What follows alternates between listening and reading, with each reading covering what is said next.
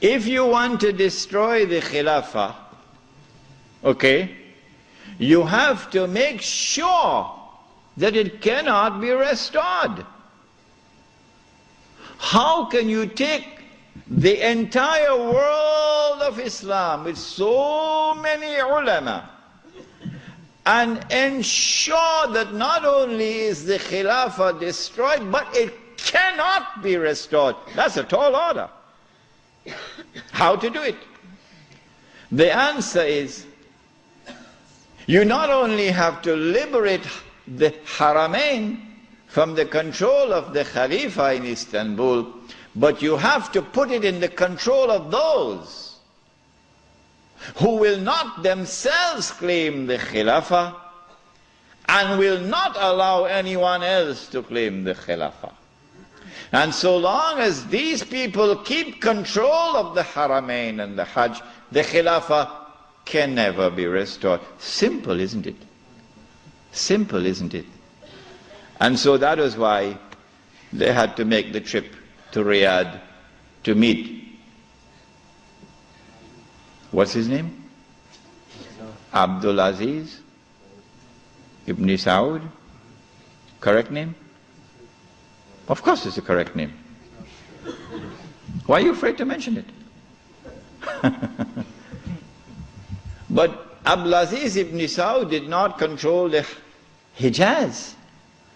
So he couldn't command a check for £7 million. Huh?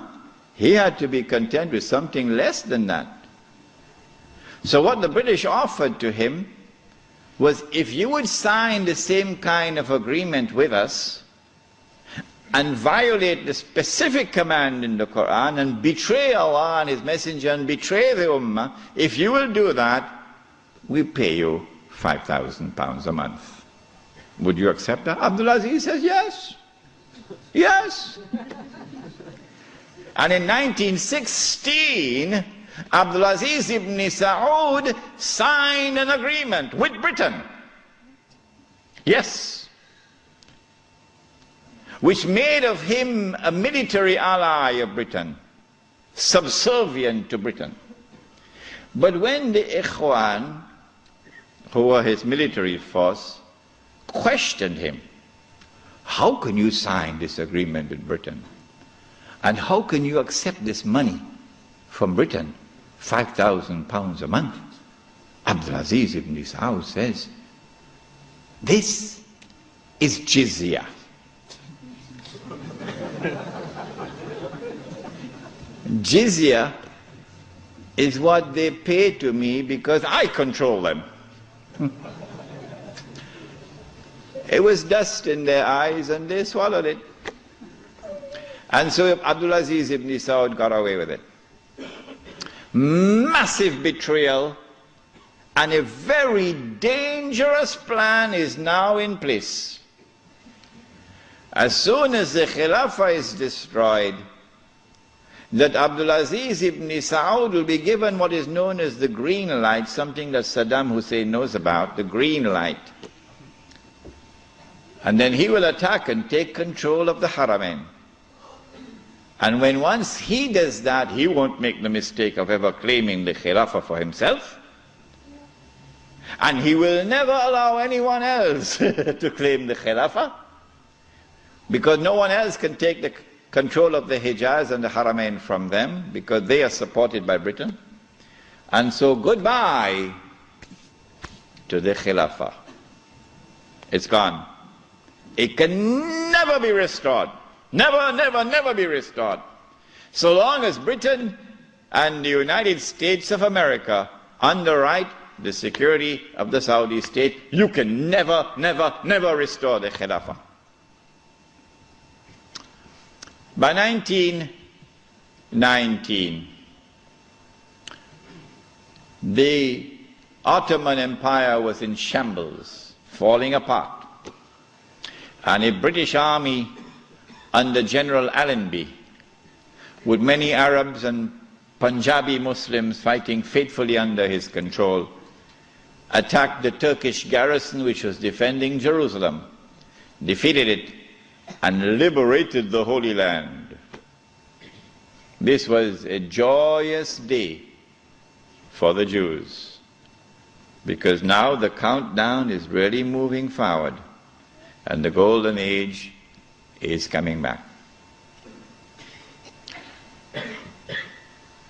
In the same 1919, when the Ottoman Empire is collapsing and it is losing all its non-Turkish possessions, all the Arab parts of the Ottoman Empire are falling away, the Greek army now invades the Turkish mainland, Anatolia. And the Turkish people now have a tremendous fright in their hearts, because the Greeks hate them with a PhD in hatred. So Britain now has to create a Turkish general who would appear to the Turkish people as a savior who has come down from the heavens with his hands resting on the wings of angels to save the Turkish people. And so at a place called Gallipoli, a man named Mustafa Kemal inflicts a defeat on the ruling state in the world, Britain, and immediately climbs the ladder to become the hero of all heroes in Turkish history. Very convenient, isn't it? Mustafa Kemal now takes over. He is in fact de facto ruler over the Ottoman Empire, and the Khalifa is just a piece of furniture. In 1920, I think, or 21, there was a big treaty, negotiations in Versailles, and from this emerged now the Turkish Republic, which replaces the Ottoman Islamic State. But Mustafa Kemal said, the Turkish people love their Khalifa. So if Europe could have a pope, why can't we have a pope too? This was simplistic thinking on the part of Mustafa Kemal. If the Europeans could have a pope, well, so too can we.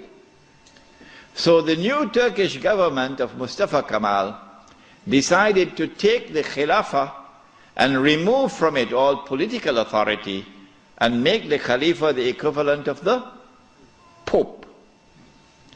This was 1922. And things were going fine for him.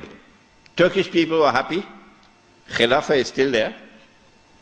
And the leadership of the revolution in Turkey were very happy because we have a secular state now, modeled after the European state. But in 1924, on the 3rd of March, suddenly Britain demanded, of course this is secret, they wouldn't reveal it, Britain demanded of Mustafa Kemal that he must abolish the Khilafah. The demand came from Britain. And on the 3rd of March 1924, the Turkish Republic abolished the Khilafah. The question we have to ask is, why did they do it when there was no need to do it? Nothing. It represented no threat whatsoever to the secular Turkish Republic. The answer for the abolition of the Khilafah on the 3rd of March 1924 is located in a place called India. But even the Indian scholars of Islam are not aware of it. Even they are not aware of it. When the attack on the Khilafah was taking place in the 1916, 17, 18 period, then Indian ulama, at that time the Indian Muslim community was one of the most influential Muslim communities in the world. And the Indian Muslim community was led by leaders who knew Islam and lived Islam. Men like Maulana Muhammad Ali Jawhar, Maulana Shaukat Ali, Maulana Sayyid Sulaiman Nadwi, Mufti Kifayatullah, men who knew Islam and lived Islam. And they wanted to get rid of British imperial rule in India, so that when they got rid of the British, they could restore Islamic rule over Muslims. That's all they wanted. Get rid of the British and restore Islamic rule over Muslims. And they realized that they could mobilize the Muslim masses of India over this issue of the Khilafah, because everybody loved the Khilafah. And so they established a movement which they call the Khilafat movement, Harakatul Khilafah, the Khilafat movement. When they established the Khilafat movement and it began to mobilize the Muslim masses, the body which was sleeping is now waking up for revolutionary struggle to preserve the Khilafah in Istanbul. The leader of the Hindus realized, but wait a minute, the Muslims want the same thing that we want.